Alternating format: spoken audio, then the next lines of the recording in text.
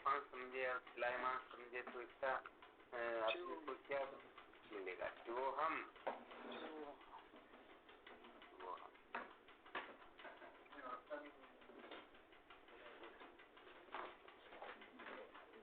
जगत किसको कहते हैं?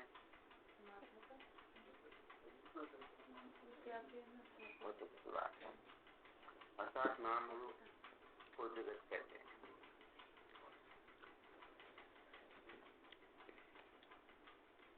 और आत्मा किसको कहते हैं? आत्मा किसको कहते हैं? चलो अविनाशी हो, सर्वव्यापक हो। अभी जो बताएं जैसे संसार नाम रूपात्मक है तो नाम रूप का अधिष्ठान उसे आत्मा कहते हैं। अभी सोच रहे हैं सत्संग चालू नहीं करे तब तक मौनानंद महाराज और हम चर्चा करें आपस में।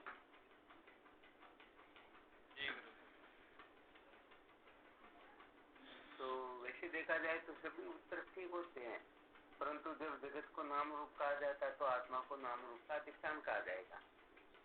ठीक है ना? जब जगत जो है जिस रूप में जगत का वर्णन किया जाए आत्मा का उसी विपरीत रूप में वर्णन किया जाएगा।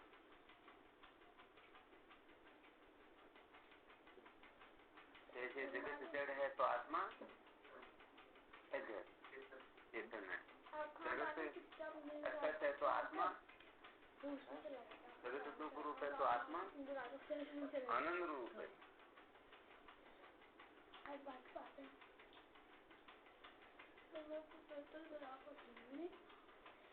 यहाँ पर कुल मिलाकर के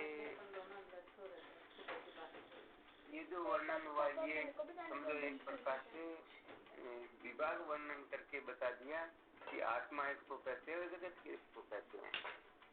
अच्छा, अब विवेक ठीक विवेक की क्या पहचान होगी? क्या इस प्रकार से विभाग वर्णन करने का नाम ही विवेक है क्या?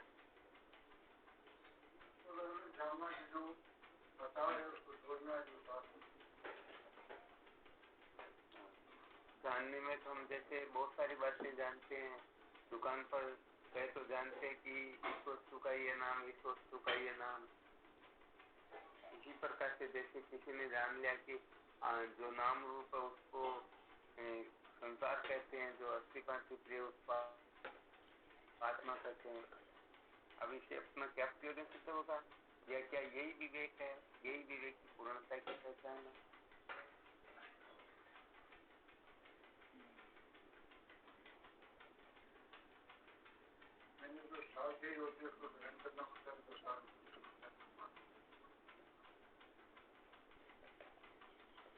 ये तो ग्रहण करना होता और त्याग करना होता उसको तो वैराग्य और मुमुक्षुता कहेंगे। विवेक का असली स्वरूप क्या है ये तो आपने विचार सागर के अनुसार बता दिया। अविनाशी आत्मचल जगत से प्रतिकूल ऐसो ज्ञान विवेक है, सब साधन को मूल बता दिया। तो और थोड़ा विशेष बताना।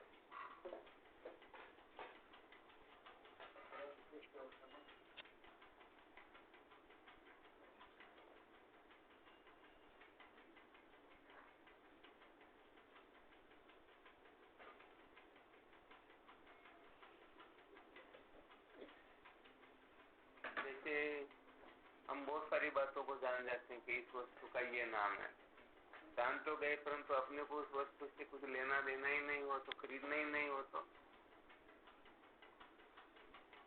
क्या होगा? ये चीज को अलग तो कर सकते हैं। ये चीज को अलग तो कर सकते हैं। हाँ, ये चीज को अलग तो कर लिया, ठीक बात है, परंतु वास्तव में अलग किया या नहीं किया इसकी क्या पहचान है?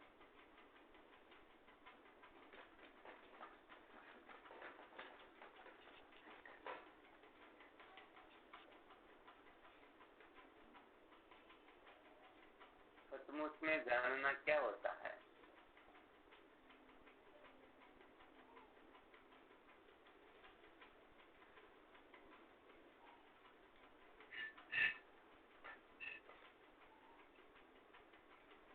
अपना देखा भी टाइम हो गया, 1-2 मिनट और देख लेते हैं।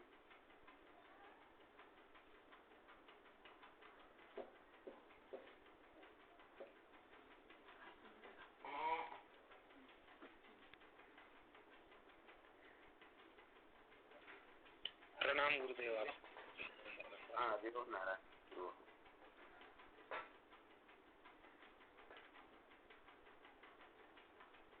जानने में तो संसार के लोग बहुत जानते हैं तो ये शरीर जो है नाशवान है और परमात्मा शक्ति है, ये जान तो लेते हैं, परंतु जानने का जो फल है उनको प्राप्त होता है क्या?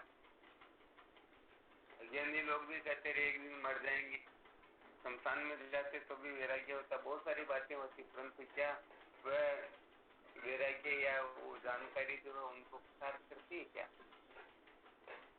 तो केवल ऐसा जानना ही विवेक है या कुछ और भी है विवेक के अंदर?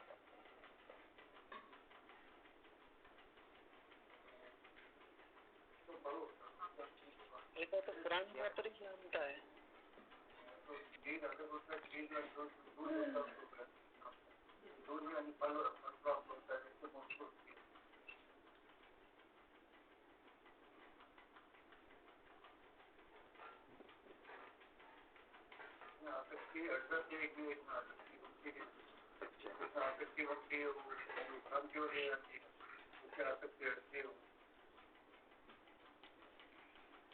अच्छा आप लोगों में से कोई बताओ, आत्मा अविनाशी है, अचल है, जगत नाशवान है और चलायमान है, क्या इतना जान ले तो ये विवेक हो गया क्या?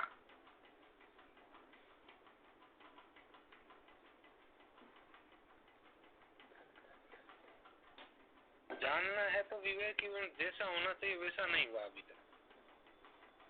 हाँ तो यहाँ पर वैसे देखा जाए तो विचार सागर में जो लिखा हुआ सुरक्षा शक्ति है, परंतु बात यहाँ पर थोड़ी ये हो रही, विनाशी आत्म अचल जगत आते प्रतिकूल ऐसो ज्ञान विवेक है सब साधन को मूल। तो ये जो ज्ञान होता है ना, इस प्रकार का जो अनुभव होता है, तो ये अनुभव किस प्रकार का होना चाहिए, तब जाके हम उसको विवेक कहेंगे।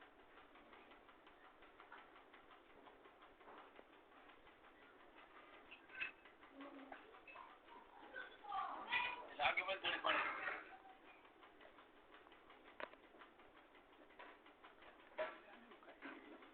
प्रणाम स्वामी जी।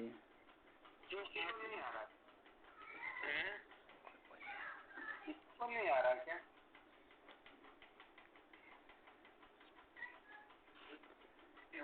प्रणाम स्वामी जी, हरिओम। हाँ क्यों? अच्छा स्वामी जी, इसमें थोड़ा सा विचार है कि जैसा हम जान रहे हैं ना, जैसा मान भी लें तो उस विवेक के फल को प्राप्त हो जाएंगे।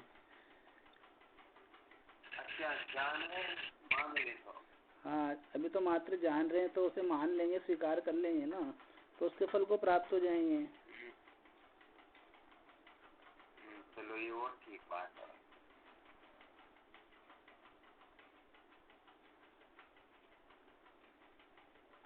परंतु थोड़ा ये मानना शब्द थोड़ा हल्का हो गया,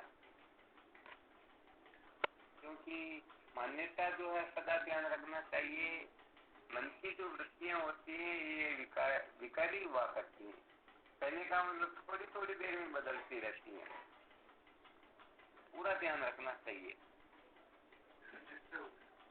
अरे क्या बात, अब की बार जो सूत्र बताई ये है स्वर्ण अक्षरों में लिखने योग्य, तो इतनी देर क्या हो गया? चलो मोहनानंद जी महाराज ने आखिर बता ही दिया। कहने का मतलब ये है, भगवान शंकराचार्य जी महाराज अप्रोक्तानुभूति में लिखते हैं, नित्यम आत्म स्वरूपम ही दृश्यम तद विचित्रम एवं यो निश्चय सम्यक विवेको उन्नय सर्वे, अर्थात सम्यक प्रकार से ऐसा निश्चय हो जाना। जानकारियां तो बहुत सारे लोगों को होती हैं, परंतु जब तक निश्चय नहीं होता है तब तक सचमुच में वैराग्य ठीक विवेक नहीं है। तो यहाँ पर जानने का अर्थ ही निश्चय का होता है। सचमुच में आत्मा को विनाशी अचल और संसार को नाशवान और चलायमान जाना या नहीं जाना, तो इसका यही थर्मामीटर होगा कि यदि उसने निश्चय कर लिया तो समझो सचमुच में विवेक हो गया, और निश्चय नहीं किया तो सचमुच में विवेक है नहीं। ये विशेष बात है। तो यहाँ जानने का अर्थ ही निश्चय करना होता है। जानने में तो देख लो तो जैसे जोहरी के जो हीरा परखने वाला होता ना, दिन में अरबों खरबों के हीरों की जांच पड़ताल करता और उनके बारे में सब कुछ बता देता, परंतु क्या वो अरब खरबपति होता है क्या? नहीं होता। तो उसे जानकारी सब वो इस बात का निर्णय कर देता, वो जानता है इस बात को, ये हीरा असली है या नकली है, इसकी क्या कीमत होनी चाहिए, परंतु वह करने का मतलब अरब खरबपति हो नहीं पाता है। तो ऐसे कोई जान ले, इसको आत्मा कहते हैं, इसको अनात्मा कहते हैं, परंतु जब तक वह इस बात को निश्चय नहीं करेगा तब तक उसे न तो आत्मा से मतलब होता है न अनात्मा से मतलब होता है।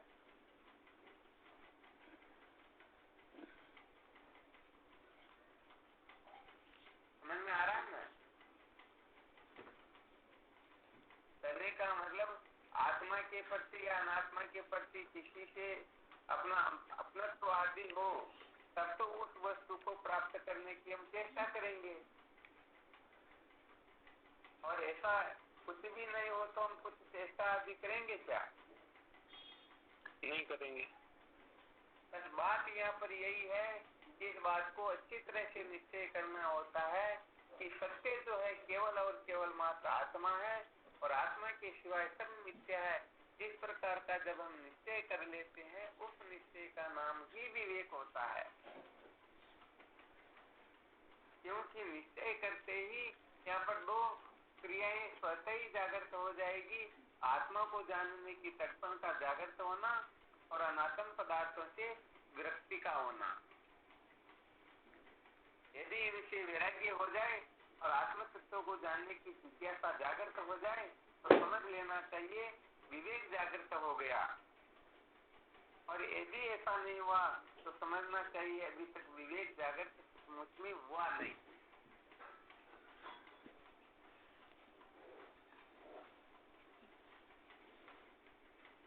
अब देखना चाहिए कि साधकों को ये सब समस्त साधकों को ये सूत्र याद है, इसको विवेक कहते हैं, इसको वैराग्य कहते हैं।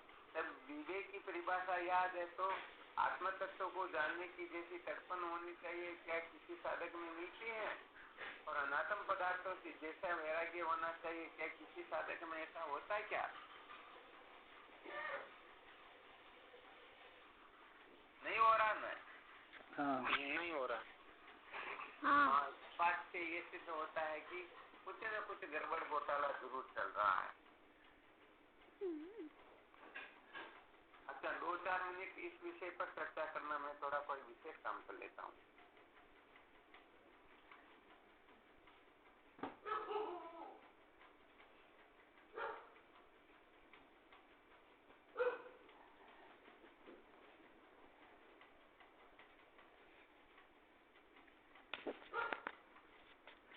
कि कोई व्यक्ति का एक्सीडेंट हो, जैसी अपनी देह में हमारी अहमता ममता है ना, जैसे समझो 1000 व्यक्ति सोए हुए हो और उसके बीच में हम सो रहे हो, और यदि एकाएक कोई अपना नाम लेकर के आवाज लगाए तो 999 लोगों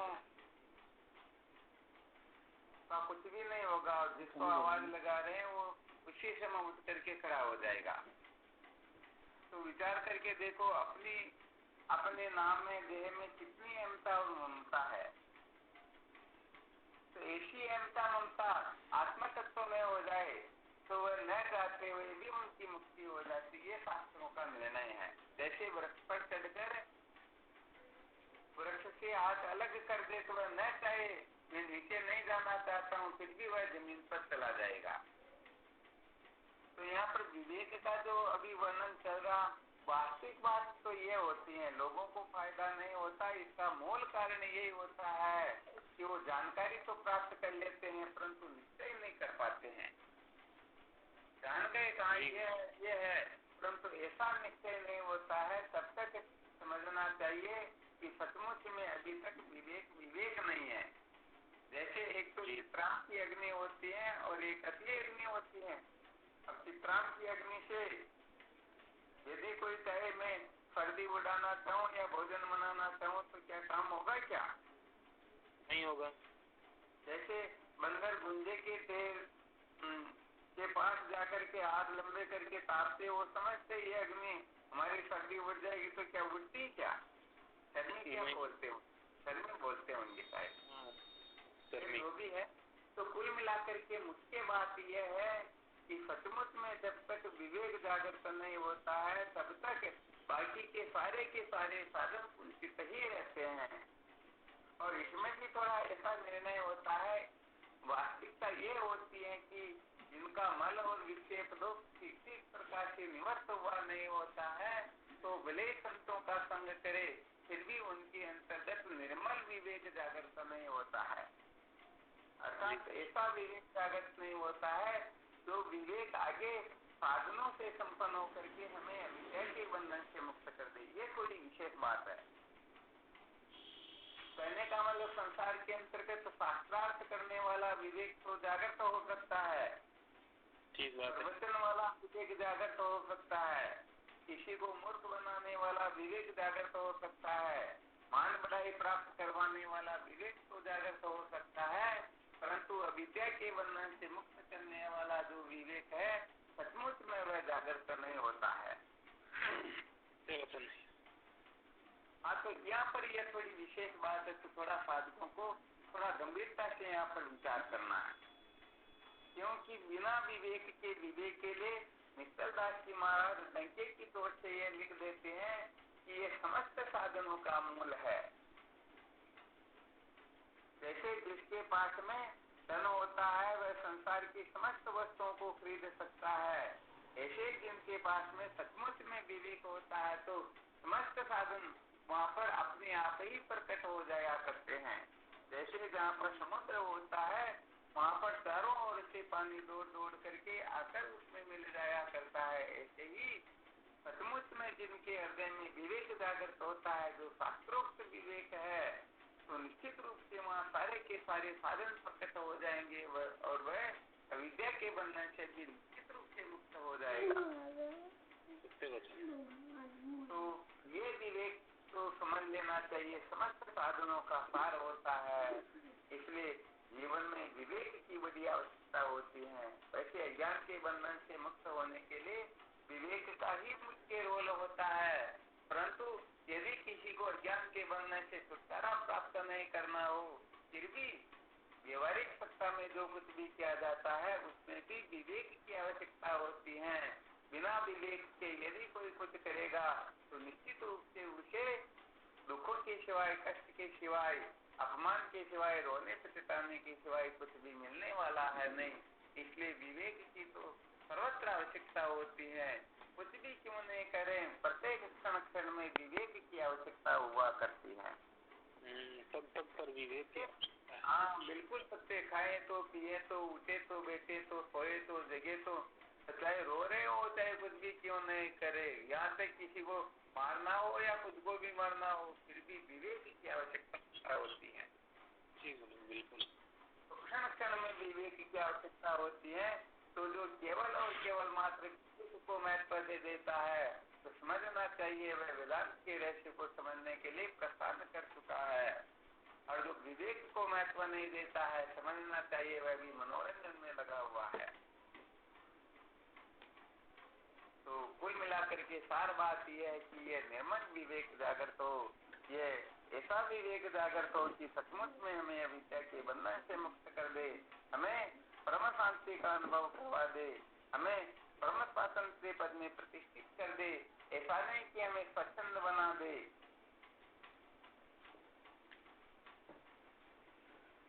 स्वच्छंद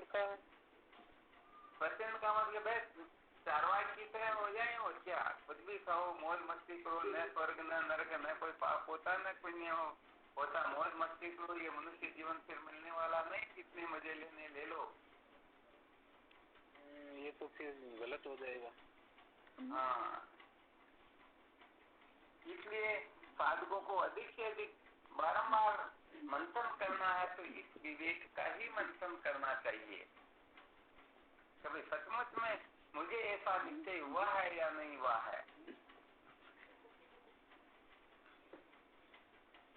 ऐसा टेस्ट लगा कर देखा जाए तो शायद मुश्किल है ऐसा। मेरे को तो नहीं हुआ है। हाँ, तो कुल मिलाकर के इसीलिए तो खंडन खंड खाते के अंतर्गत मिश्राचार्य लिखते हैं, ईश्वरानुग्रह देव कुशा मद्वेष वासना माँ परिस्थितिना द्वित्रिणाम उपजायते। ईश्वर के परम अनुग्रह से जीवों के हृदय में अद्वैत तत्वों को जानने की जिज्ञासा जागृत होती है। यह अद्वैत तत्वों को जानने की जिज्ञासा बड़े बड़े बलों से रक्षा करती है, परंतु होती है सृष्टि में 2 या 3 व्यक्तियों को ही। गीता में भी भगवान सातवें की तीसरे श्लोक में यही सिद्ध करते हैं कि मनुष्यानाम सहस्रेषु कच्चित् नाम कच्चिन्माम वेति तत्वतः।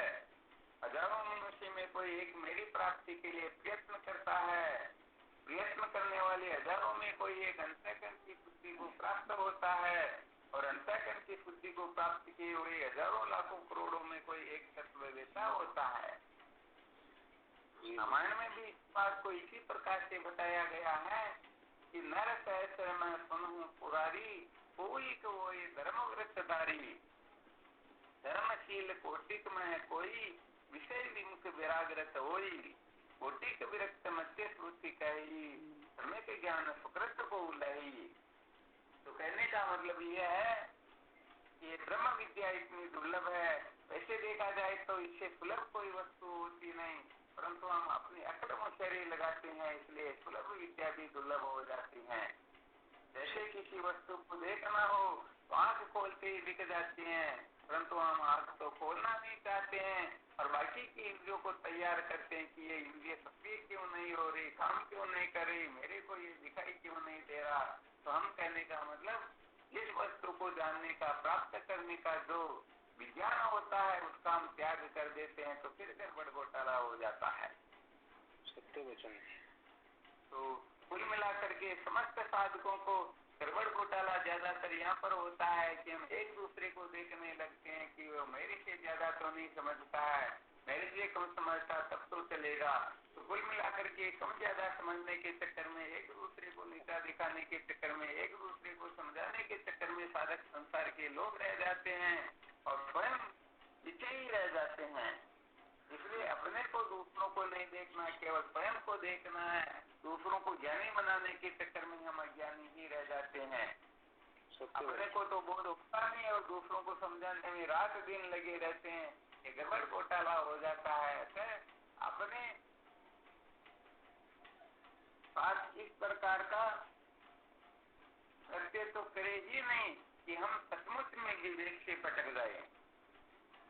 तो सार बात यह है कि हमारे भीतर किस प्रकार का विवेक जागृत हो, और वह विवेक ऐसा नहीं तो बंध्या स्त्री वाला मेरा विवेक न हो, बल्कि ऐसा विवेक हो जो आगे के साधन भी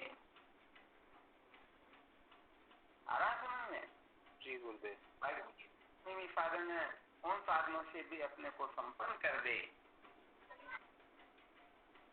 तो ऐसा विवेक ही सचमुच में जीवन को धन्य बनाता है। तो सदा सर्वदा इस बात का खूब अच्छी तरह से विचार करते रहना चाहिए कि मुझे इस प्रकार का निश्चय हुआ या नहीं हुआ।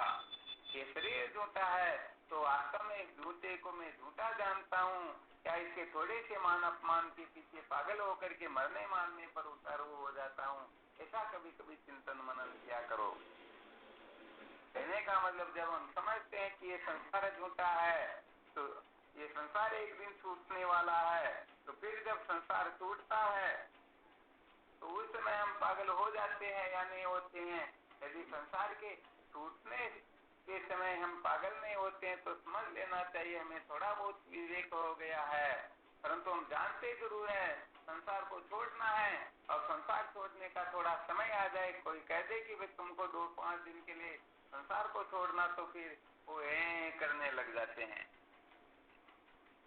आ गया समझ में? जी गुरुदेव बिल्कुल। महाराज इसी को तो सबसे बड़ा आश्चर्य बताते हैं।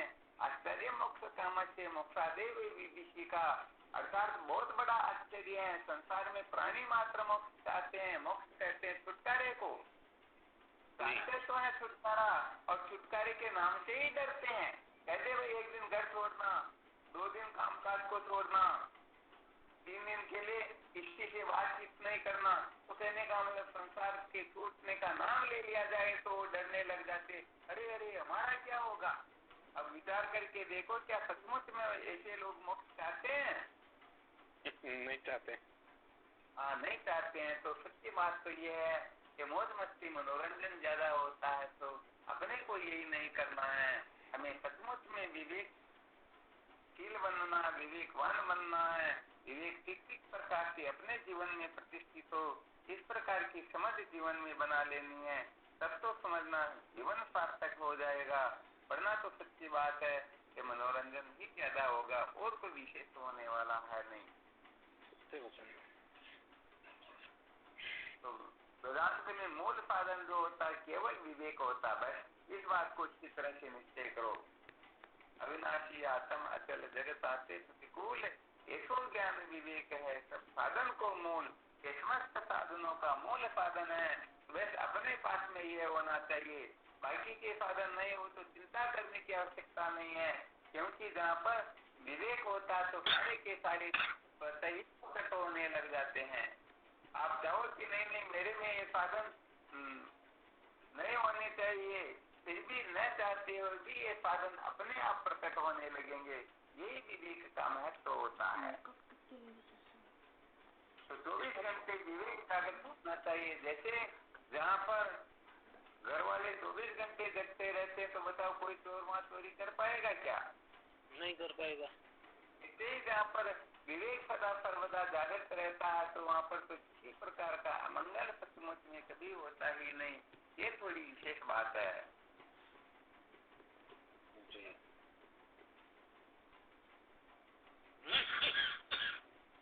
सत्य साधक केवल मात्र मूल मंत्र को पकड़ते हैं, क्योंकि अनंतानि च शास्त्राणि फल आयुर्विघ्न कोटय तस्मात् सारम विजानीयाते अंतःक्षरमिमां वशी। शास्त्र अनंत है, आयु थोड़ी है और विघ्न करोड़ों हैं। शास्त्रों की गिनती है क्या? अरे आप करोड़ जन्म ले लो फिर भी पूरे शास्त्र पढ़ नहीं पाओगे। तो शास्त्र अनंत है और आयु जो थोड़ी है, पता नहीं कब वर्ष पूरे हो जाए, और विघ्न जो है वो करोड़ों है। अतः अंत की तरह निर विवेक करके सार जान लेना चाहिए कि वास्तव में जीवन का सार क्या है। तो कुल मिलाकर के इस समय इस बात को हमें गांठ बांध लेना चाहिए कि विवेक जीवन का सार है।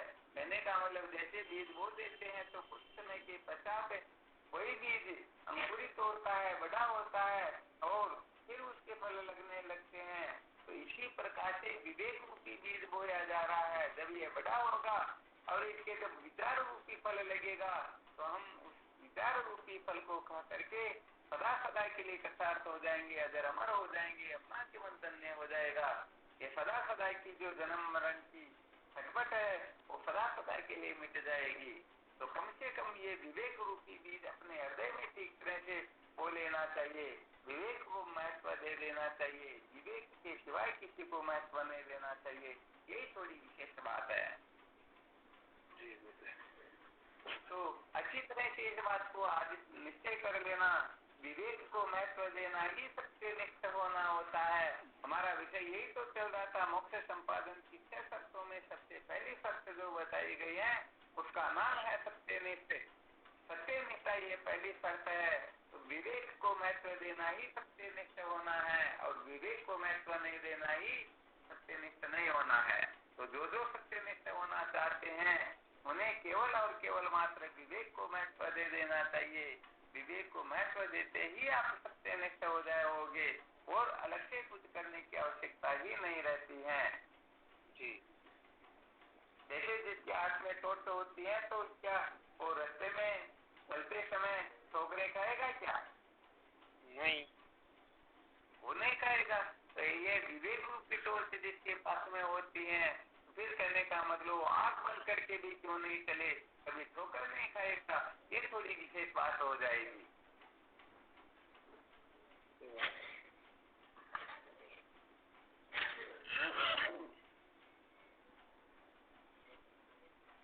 तो सबसे अधिक महत्व यदि किसी का है तो उसका क्या नाम है? केवल मात्र विवेक। बस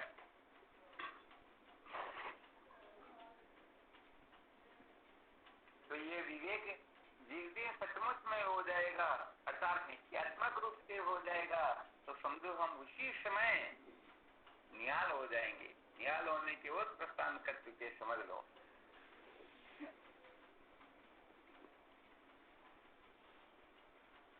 निहाल हो जाएंगे ऐसा कहना, इसका क्या तात्पर्य है? ये गुण जीवा न्याय से कहा जा रहा, क्योंकि यदि विवेक से निहाल हो जाएंगे तो फिर विचार करने की, आत्मचिंतन करने, आत्म साक्षात्कार की क्या आवश्यकता होगी? अभी ये तो पहली कक्षा चल रही है। हाँ, सत्य वचन। गुण जीवा न्याय के साधकों को बताया जाता था कि वो विवेक को ही महत्व दे, विवेक के सिवाय किसी को महत्व नहीं दे। ये थोड़ी विशेष बात है। हाँ, भटके नहीं कहीं पर। हाँ, बिल्कुल सही है। सत्य। वो जितना कदम आगे चलेगा उतना ही वो अपने आप फिर समझने लगेगा भी इसलिए कहा गया है ये। सही है। परंतु ऐसा विवेक या तो ईश्वर की पूर्ण रूप से कृपा हो या पुरुषार्थ हो, तभी ऐसा होता है, अन्यथा ऐसा होना दुर्लभ है। हाँ, बिल्कुल सत्य। अपने पुरुषार्थ से ही ईश्वर कृपा करते हो, वरना ईश्वर को क्या काम बिगड़ रहा? अरे ईश्वर की दृष्टि में तो बंधन की सत्ता ही नहीं है। सचमुच में बंधन हो तो ईश्वर कृपा करके या ईश्वर कुछ न कुछ करके मुक्त कर दे, परंतु ईश्वर की दृष्टि में तो प्रपंच नाम की, दुख नाम की, बंधन नाम की कोई वस्तु होती ही नहीं। तो कुल मिलाकर के अपना पुरुषार्थ ही अपने ऊपर कृपा करने के लिए, ईश्वर जो कृपा करते हैं ना, उस कृपा के मूल में अपना पुरुषार्थ ही काम करता है। तो अपना पुरुषार्थ ठीक होगा तो ईश्वर का परम अनुग्रह होगा, और ईश्वर का यदि परम अनुग्रह होगा तो सचमुच में जो सच्चे संत है उन महापुरुषों का ही संग होगा, और ईश्वर की परम कृपा नहीं होगी तो वेदवादी पामर पुरुषों का संग भी मिल जाया करेगा, जिससे वह कभी इधर कभी इधर, कभी इधर कभी इधर होता रहेगा, और अंत में पता नहीं वह किस तरफ लग करके अपने जीवन को नष्ट भ्रष्ट जरूर कर देगा।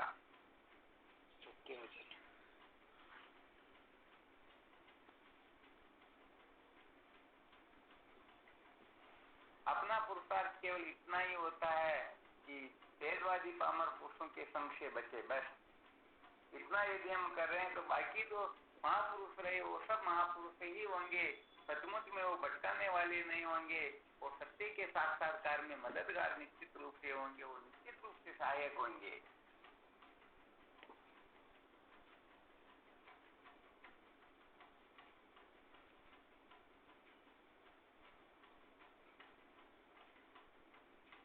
अच्छा, इसमें किसी को कोई शंका हो तो देखो।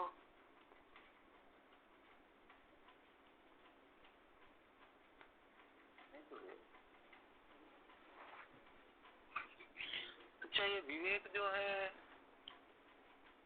श्रोत्रिय ब्रह्मनिष्ठ गुरुदेव का सानिध्य ही तक का होता है ना,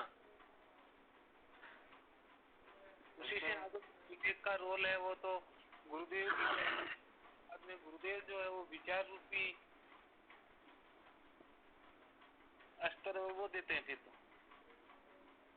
बात ये होती है कि विवेक उदय तो वैसे देखा जाए तो जीव मात्र के अंतर्गत विवेक होता है, ऐसा कोई है ही नहीं जिसमें विवेक नहीं होता है। विवेक जो उदय होता है ये अपने पुरुषार्थ से होता है, ये ईश्वर की कृपा से होता है, संत महापुरुषों की कृपा से होता है, परंतु विवेक जो है ये पूर्ण तब होता है जब गुरुदेव की कृपा हो। तीर्थिक विचार का उदय होना ही विवेक की पूर्णता होती है, इसीलिए विचार को विवेक रूपी वृक्ष का फल बताया गया है। जैसे फल को खा करके हम आनंदित हो जाते हैं ना, ऐसे ही विवेक रूपी वृक्ष का फल ये विचार होता है। यदि विचार उदय हो गया तो समझो अपना विवेक सार्थक हो गया, और यदि विचार उदय नहीं हुआ तो कहने का मतलब अभी विवेक जो है कुंठित ही है। और ये विचार जो उदय होता है ये 4 प्रकार की कृपा से हुआ करता है। तो इसमें कहने का मतलब मुख्य जो रोल होता है, विचार की जो पूर्णता होती है, उसमें केवल और केवल मात्र गुरुदेव की कृपा ही प्रमुख हुआ करती है। अतः सर्वोत्कृष्ट महत्व दिया जाता है तो इस कृपा को महत्व दिया जाता है। क्योंकि बाकी कृपाएं चाहे पूर्ण रूप से क्यों न हो जाए, फिर भी गुरुदेव की कृपा पूर्ण रूप से न हो तो सारी की सारी कृपाएं होते हुए भी सचमुच में वह अविद्या के बंधन से मुक्त नहीं हो सकता। सत्य वचन। तो समस्त कृपाओं में यदि महत्वपूर्ण कृपा है तो वह केवल और केवल मात्र गुरुदेव की कृपा ही होती है। इसीलिए कहा गया है गुरुदेव की कृपा तो ऐसी होती है कि भले ही क्यों कृपा न हो फिर भी गुरुदेव कृपा करे तो उसे मुक्त कर सकते हैं। और किसी के हृदय में 3 प्रकार की कृपा पूर्ण रूप से भरी हुई है, परंतु गुरुदेव की कृपा न हो तो वह बंधन से मुक्त नहीं हो सकता। ये थोड़ी विशेष बात है। ये समझिए, अनंत शास्त्रों का छुपा हुआ रहस्य होता है, परंतु लोग इसको समझ नहीं पाते हैं। सत्य वचन। तो नहीं समझने का यही कारण होता है, अपने अभिमान के वशीभूत होकर के अनात्म पदार्थों का अभिमान करके वो ऐसा आग्रह कर बैठते हैं। तो कुल मिलाकर के बहुत सारे लोग जैसे कह देते हैं स्वयं की कृपा से ही सब कुछ होता है, स्वयं की कृपा न हो तो तीनों कृपाएं कितनी भी क्यों न हो फिर भी तीनों व्यर्थ हो जाती हैं, परंतु ऐसी बात नहीं है। यदि स्वयं की कृपा से कोई अविद्या के बंधन से मुक्त होने में समर्थ होता तो अनादिकाल से वर्तमान समय तक विचार करके देख लीजिए, क्या अपनी बुद्धि कभी कमजोर रही होगी? अरे इंद्र जैसे पदों का हमने प्राप्त किया, ब्रह्मा जैसे पदों को हमने प्राप्त किया, फिर भी कहने का मतलब कृपा के बंधन से छुटकारा नहीं मिला। तो अब हम यदि अकल होशियारी लगा कर देख लिए, नहीं हम हमारी अकल होशियारी से अपनी बुद्धि से काम कर लेंगे, तो यदि कोई भरोसे रहते हो तो सच्ची बात है वो अपने पैरों पर बहुत बड़ा कुल्हाड़ा मार रहे हैं। तो सच्ची बात है, ज्यादा हिमाकत नहीं करना चाहिए, बस संप्रदाय की रीति से विद्या के बंधन से मुक्त होने की चेष्टा करनी चाहिए, तब जाकर के वह विद्या के बंधन से मुक्त होगा। वरना सच्ची बात है अपना पुरुषार्थ तो अपनी अकल होशियारी तो केवल और केवल मात्र गुरुदेव की प्रसन्नता तक ही लगा लेनी चाहिए। गुरुदेव कैसे प्रसन्न होते हैं तो वहाँ तक के लिए भले ही हमें तन मन धन वचन से समर्पित होकर के उनकी आज्ञा पालन करने में पुरुषार्थ को लगा लेना चाहिए, परंतु आगे विद्या के बंधन से छुटकारे के लिए तो केवल और केवल मात्र गुरु कृपा ही केवल्यम के परम मंगलम, ये विशेष बात होगी। सत्य वचन है। अपनी अकल होशियारियों जे आज से दुख मिट जाना चाहिए, और मिटा तो नारद जी का मिट जाना चाहिए।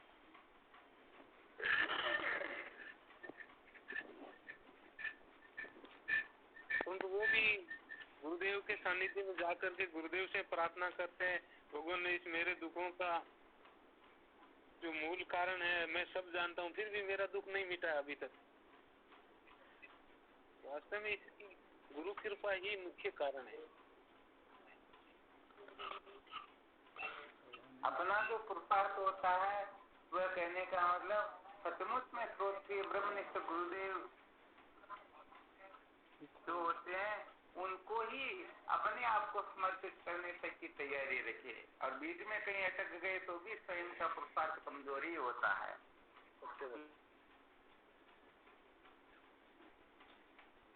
इसीलिए शास्त्रों में यहाँ तक बताया गया भले कोई हजारों गुरुओं की शरण में क्यों न चला जाए, जब तक श्रोत्रिय ब्रह्मनिष्ठ गुरुदेव की कृपा प्राप्त नहीं होती है, उनका सानिध्य प्राप्त नहीं होता है, तब तक तो समझो वह नुगराही है। वो भले अपने को समझता रहे मैं तो 1000 गुरु बना ले या मेरे तो ऐसे वैसे गुरु है, परंतु सचमुच में अभी तक वह गुरु मुक्ति नहीं है, अभी तक तो वह निगराही है। क्योंकि भगवान शंकर उमा को यही कहते हैं गुरु लाभाते सर्व लाभो गुरु ही नस्तु वाली है। हे उमा, जिनको श्रोत्रिय ब्रह्मनिष्ठ गुरुदेव की प्राप्ति हो गई समझ लेना चाहिए उनको समस्त लाभ प्राप्त हो गए, और जिनको श्रोत्रिय ब्रह्मनिष्ठ गुरुदेव की प्राप्ति नहीं हुई समझ लेना चाहिए सबसे बड़ा मूर्ख यदि कोई है तो वही है, उसके सिवाय और कोई महामूर्ख है ही नहीं।